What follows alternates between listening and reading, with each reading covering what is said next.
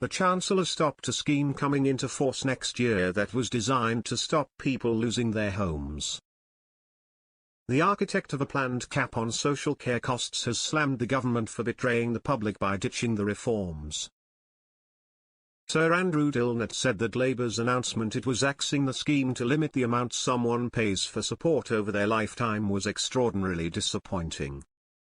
He said that huge care bills that force people to sell their family home lead to deep anxiety and distress.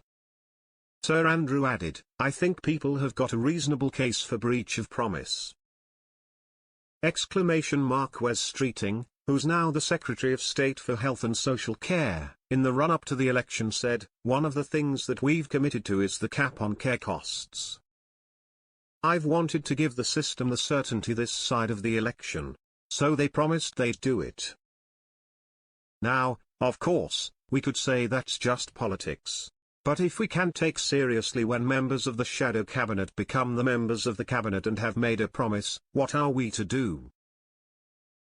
An £86,000 cap on personal care cost contributions, and an expanded means test more generous than the existing one was due to come in next year. Sir Andrew, who led a review into the future of funding social care under the coalition government, said it was important to move on quickly because lives are being ruined. He told Times Radio, "I think the thing to do is, as you say, let's be positive. Let's dust ourselves down, say, well, this is another pretty tragic betrayal of another generation of families who thought that they were going to be looked after properly. What we have to do now is build a consensus for some action and action quickly." The Chancellor's statement on Monday was a double blow for pensioners as she scrapped winter fuel payments for 10 million payments as well as ditching the care cap.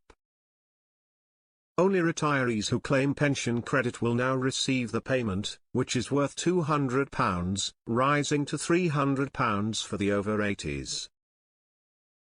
The move has attracted criticism across the political spectrum, with Labour peers among those speaking out. Lord Seeker said the announcement was taking away £300 from pensioners by a measure that was not in our manifesto. "I have received already many messages where pensioners are very, very concerned about this," he told the Lords.